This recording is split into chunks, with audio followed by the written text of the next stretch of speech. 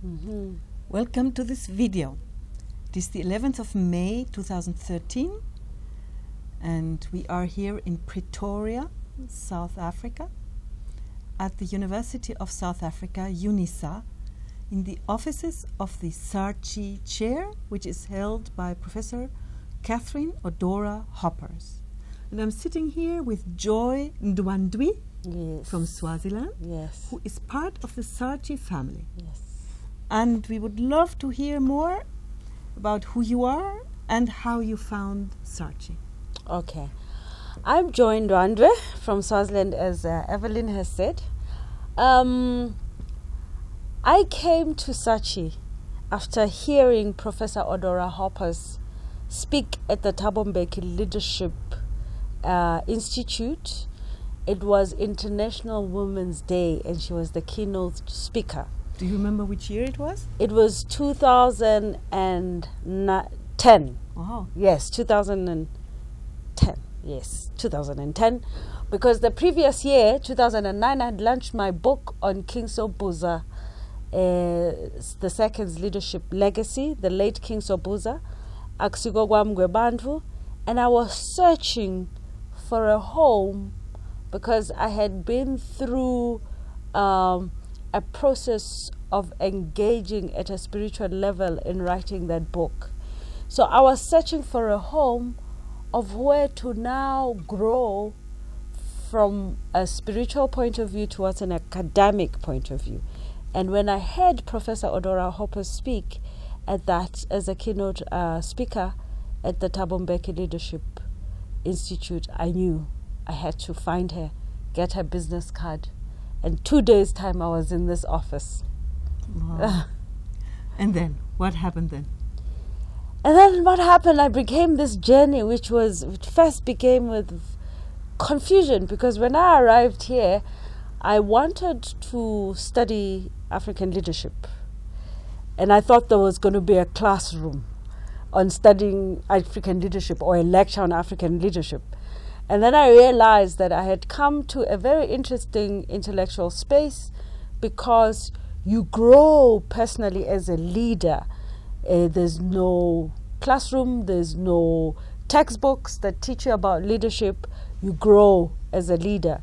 And secondly, what was more interesting for me is that I had to define my own topic and find places where I take detours. Sometimes I'm not clear, I'm not sure, and go through that whole moment of being vulnerable as a scholar in order to find your place and have interactive discussions with her.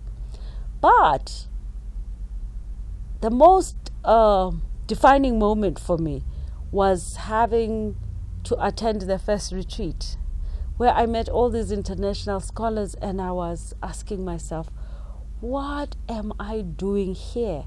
Because all of the things they were talking about was way above my understanding, but there were interesting moments where I felt that thought resonates with me and this thought resonates with me. But at the beginning, it was very confusing. Then I saw what was happening to me personally is that I was being put in the middle of all of these intellectual giants to pick the concepts that resonate with me. Unfortunately, it so happened that that year was when Professor Odora Hoppers had a stroke. So I had no guidance. I had absolutely no idea of how I'm supposed to behave. So I kept on referring to the students that I had been fortunate to travel with them to a conference in Botswana, part of the SARChI family. So I kept on referring to Rutendo, what are we now doing here? What is going on here? I had to use that camaraderie that I had built when traveling with the SARChI family to the University of Botswana to make a presentation before the retreat to get a sense of what was going on. But it was confusing. It was so confusing because it's like going into a meeting with no leader. And it was really confusing. So I felt coming to SARChI for me required that before my immersion into the concepts, I was thrown into a dungeon. And I had to struggle through and find my place, because I had to be vocal, and at that time I hadn't been admitted into the program, so I had to project my voice in that midst of confusion. So that was the interesting thing that first happened. And you became a leader. You didn't have to study it. You were a leader before, but you became a new kind of leader. I am a new kind of leader than I was before. I was in municipal management, I was leading. But I was leading within a limited context of leadership. Maybe the leadership then was driven by theories, understanding development theories, understanding these theories. And now I'm a kind of leader that is walking the talk. That when I say I am, because we are, I am part of the SARChI family, because they are part of the SARChI family. The leadership that I now feel has been embedded in me through the SARChI program is one of continuously being cautious of the fact that as scholars we need to ensure that what we are studying is really a soul and a spiritual and an authentic part of ourselves. Yes, that's what I've learned. And I think this is perhaps the most important message that also I would like to give to the world. If I were to say that, you said it much, much nicer and in more beautiful words. As you know, as one of the founders of the World Dignity University Initiative, I think of the world as our audience and the students of this world. And I think what you said just now is so central.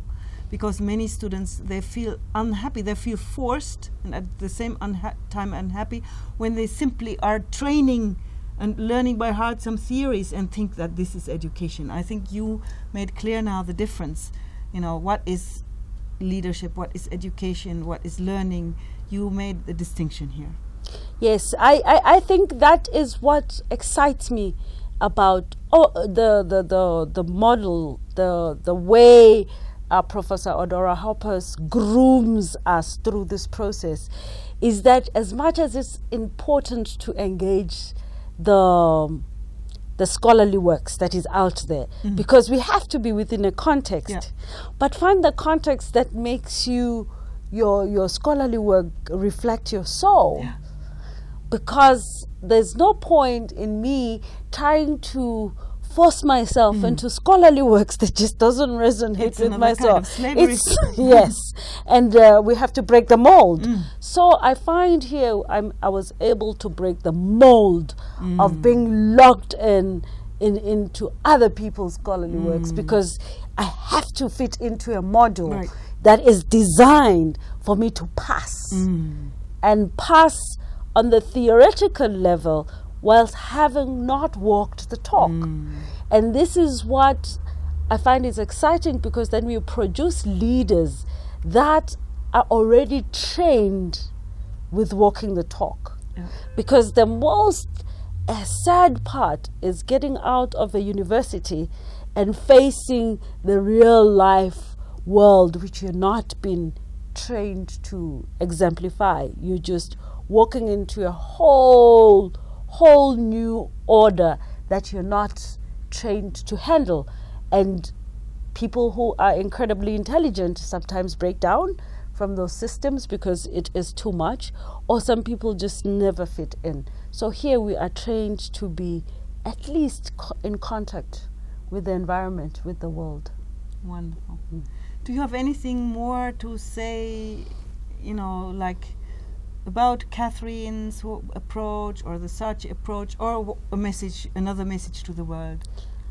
I think I am very grateful to the fact that Africa gave birth to a scholar like Catherine, because her methodologies, her approach, her framework, her context is larger than life in my own view, because how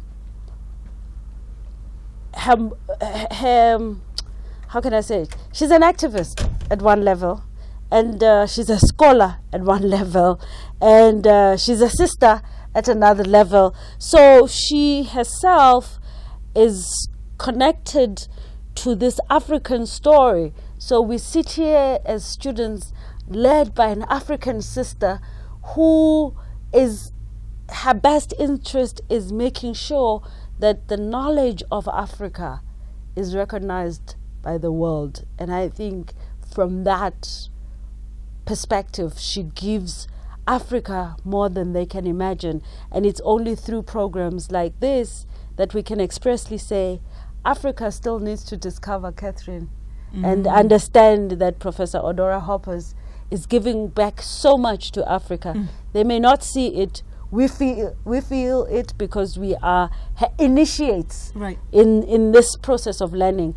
And I think what people will discover, what people will read and study here in the future is going to be very phenomenal. Wow, wonderful. Thank you. Thank you, thank you, thank you, thank you, Yes. Joyce. Thank you.